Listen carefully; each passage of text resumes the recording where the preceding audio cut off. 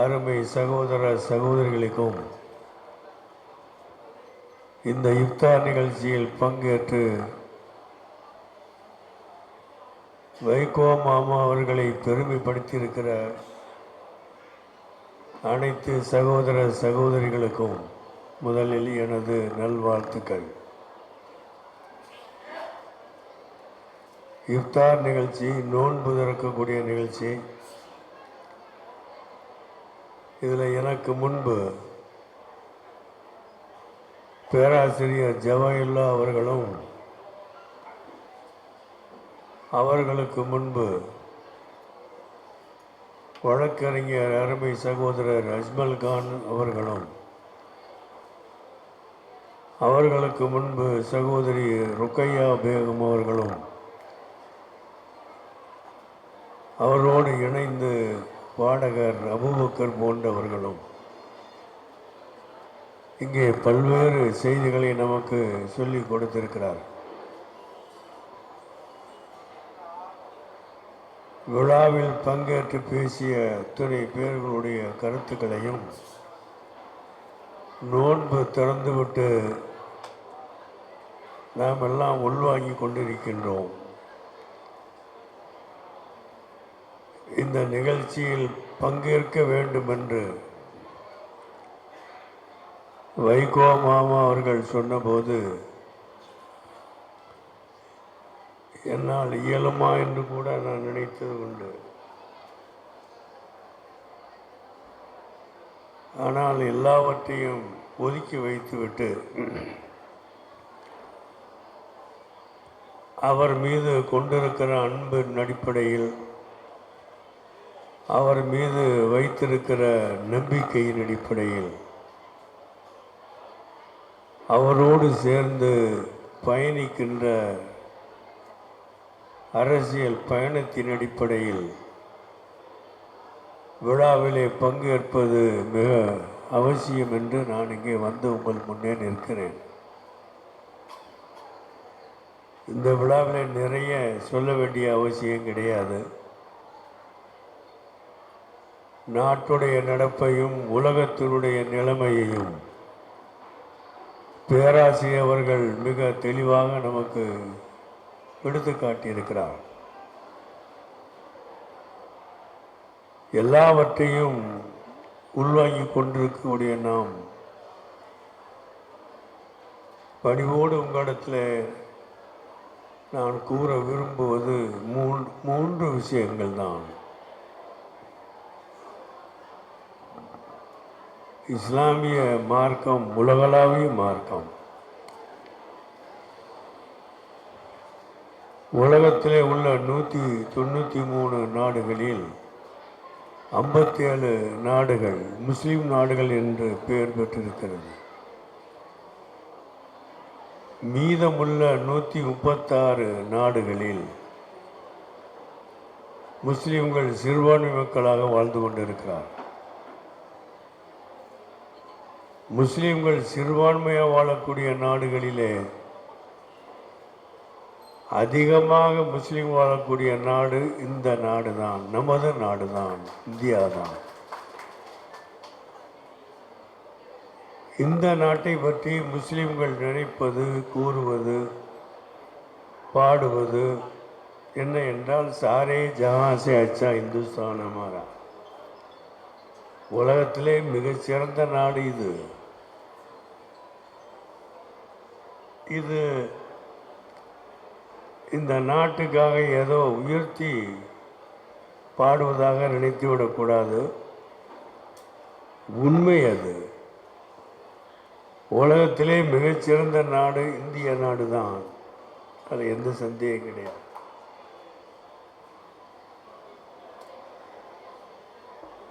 இந்தியாவில் உள்ள anthropological survey என்ற அமைப்பு கல்கத்தாவில் இருக்கிறது.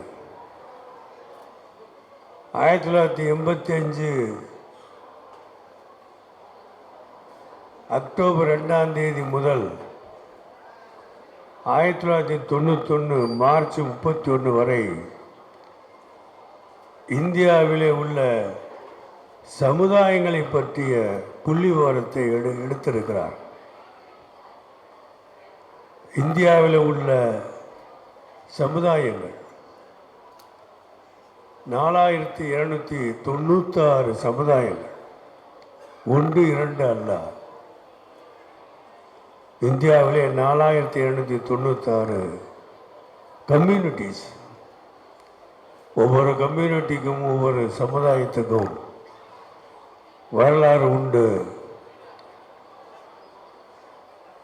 பல பிரிவுகள் உண்டு, மொழி உண்டு, பண்பாடு உண்டு. ஆனால் எல்லா சமுதாயங்களுக்கும் மூலமாக முந்தியதாக முதன்மையானதாக இருக்கக்கூடிய சமுதாயம் இந்த தமிழ் சமுதாயம் மட்டுமே. இந்த தமிழ் சமுதாயத்தினுடைய பண்பாடு தான் இந்தியா முழுவதும் ஒரு காலத்திலே பரவி இருந்தது என்றெல்லாம் நான் சொல்லுகிறோம். ஆக இப்படி 4796 சமுதாயங்கள் உள்ள இந்த நாட்டிலே, இவ்வளவு வேற்றுமைகள் உள்ள இந்த நாட்டிலே ஒற்றுமையை பேணி வேற்றுமையில் ஒற்றுமை என்ற தத்துவத்தை முன்னிலைப்படுத்தி அதற்காக தொடர்ந்து பேசி பாடுபட்டு அரசியல் நடத்தி இங்கு நம் முன்னே அமர்ந்திருக்கிற மாமா வைகோ அவர்கள் அதற்கு முன்மாதிரியானவர், எடுத்துக்காட்டானவர்.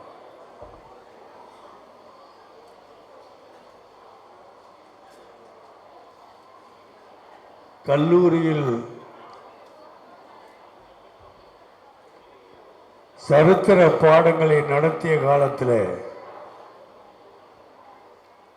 ஒரு வார்த்தை எனக்கு அடிக்கடி நினைவுக்கு வரும். மிஸ்டர் தரோ என்ற ஒரு வார்த்தை. அந்த தரோ என்கிற வார்த்தைக்கு எனக்கு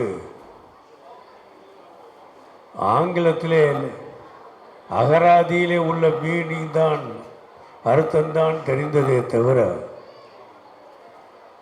அந்த தரோ என்கிற வார்த்தைக்கான உண்மையான அர்த்தம் எனக்கு ரொம்ப நாள் தெரியவில்லை, தெரியாமல் தான் இருந்தேன்.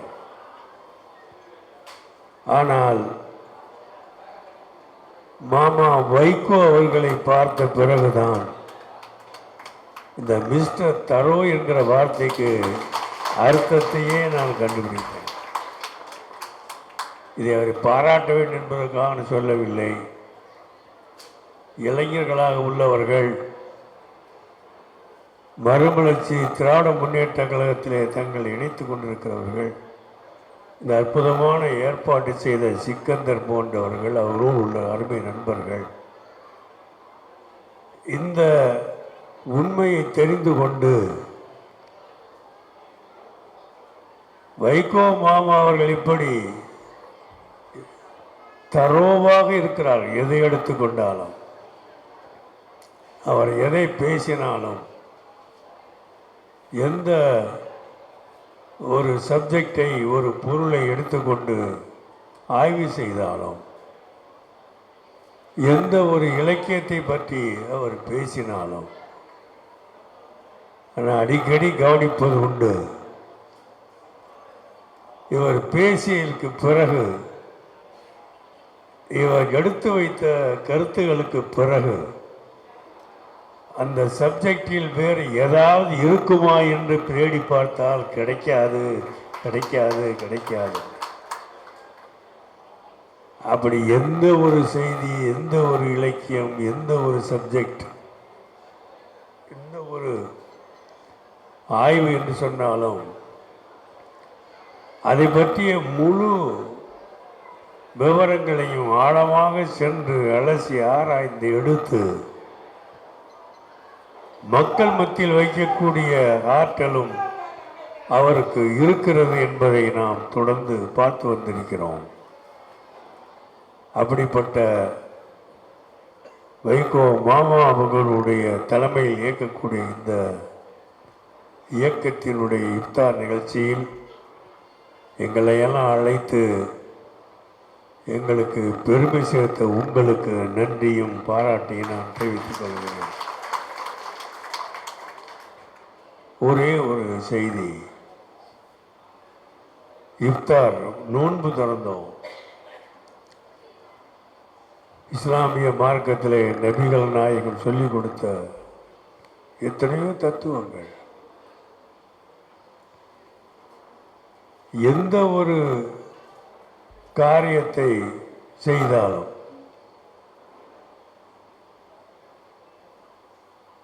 எந்த ஒரு செயலை செய்தாலும், எதை ஆரம்பித்தாலும், அதை ஆரம்பிக்கும் போது நபிகள் நாயகம் சொல்லிக் கொடுத்த பாடம் என்ன என்று சொன்னால், பிஸ்மில்லாஹிர் ரஹ்மானிர் ரஹீம், அளவற்ற அருளால் பேரால், இறைவன் பேரால் தொடங்குகள் என்று சொல்லிக் கொடுத்திருக்கிறார். காரணம், இறைவன் நம்மை படைத்தான். அவன் நம் உடம்பை படைத்திருக்கிற அந்த ஆற்றலை எண்ணி எண்ணி பார்த்தாலும் விளங்க முடியாது. படைப்புகள் எல்லாம் அதிசயங்கள். மனித படைப்பு மேலும் மேலும் அதிசயமானது. ஆணிலும் பெண்ணிலும் அடங்கியிருக்கிற அதிசயம் ஒவ்வொன்றையும் ஆய்வு செய்தால் ஆயிரக்கணக்கில் அல்ல, லட்சக்கணக்கில் அல்ல, கோடிக்கணக்கிலே அந்த மிரக்கல்களை, அதிசயங்களை தோண்டிக்கொண்டே இருக்க முடியும். அப்படிப்பட்ட அதிசயத்திற்கு உரியவர்களாக மனிதனை, மனுக்களை இறைவன் படைத்திருக்கிறான். அப்படி படைத்திருக்கிற அந்த இறைவன் தான் நபிகள் மூலமாக நமக்கு ஏவியது என்ன என்று சொன்னால், எந்த ஒரு காரியத்தை செய்தாலும் நீங்கள் பிஸ்மில்லாஹிர் ரஹ்மானிர் ரஹீம், இறைவன் பெயரால் செய்கிறோம் என்று செய்யுங்கள், சொல்லுங்கள். இந்துக்கள், முஸ்லிம்கள், கிறிஸ்தவர்கள் எல்லோரும் இருக்கிறோம். உண்ண ஆரம்பித்தாலும் சரி, குடிக்க ஆரம்பித்தாலும் சரி, நடக்க ஆரம்பித்தாலும் சரி, நீங்கள் எந்த ஒரு காரியத்தை செய்தாலும் சரி, அதை ஆரம்பிக்கும் போது பிஸ்மில்லா சொல்லி ஆரம்பியுங்கள். இன்று முதல் இது ஏதோ முஸ்லிமாக, இஸ்லாமாக, இஸ்லாமிய பரப்புவதாக யார் நினைத்து விடக்கூடாது. ஒரு காரியத்தை பிஸ்மில்லாஹிர் ரஹ்மானிர் ரஹீம் என்று சொல்லிவிட்டு ஆரம்பித்தால் அந்த பிறகு அந்த காரியத்துக்கு என்ன சிறப்பு வருகிறது, என்ன அதிசயம் நிகழ்கிறது என்பதை நீங்களே பார்த்துக் கொள்வீர்கள். அப்படி பார்ப்பதற்கான ரகசியம் அந்த வார்த்தையிலே அடங்கியிருக்கிறது என்பதை நினைவுபடுத்துவதற்குத்தான் மனிதன் ஒவ்வொருவனும் தான் எந்த ஒரு காரியத்தை செய்தாலும் இறைவன் பெயராலே செய்ய வேண்டும். அப்படி செய்கிற போது அது மென்மேலும் வளர்ச்சி அடைந்து சிறப்பை தந்து முழுமை அடையக்கூடியதாக இருக்கும். அதுதான் அவர் போதித்த போதனையுடைய சாரம். இந்த சிறப்பான விழாவிலே வந்து பெருமைப்படுத்தியிருக்கிற அத்தனை பேரிடத்திலும் அது இந்துக்கள், முஸ்லிம்கள், கிறிஸ்தவர்கள் என்று வேறுபடுத்தி பார்க்காம இறைவன் பெயரை சொல்லி எதையும் செய்யுங்கள். இறைவனை நம்பி இறைவன் பெயரை சொல்லி எதனையும் ஆரம்பியுங்கள் என்று மட்டும் உங்களிடத்தில் பணிவாக வேண்டுகோள் வைத்து இந்த நல்ல ஏற்பாட்டை செய்து பெருமைப்படுத்தியிருக்கிற உங்கள் அத்தனை பேருக்கும் எனது நன்றியையும் வாழ்த்தையும் சொல்லி அந்த வைகோ மாவர்கள் காட்டக்கூடிய வரக்கூடிய தேர்தலிலே அவர்கள் என்ன வழி காட்டுகிறார்களோ அந்த வழியில் நாம் செல்வோம், வெல்வோம், உலகம் மாறாட்டக்கூடிய வகையில் நடந்து காட்டுவோம் என்று சொல்லி நிறைவு செய்கிறேன். அஸ்ஸலாமு அலைக்கும் வரஹ்மத்துல்லாஹி வபரகாத்துஹு.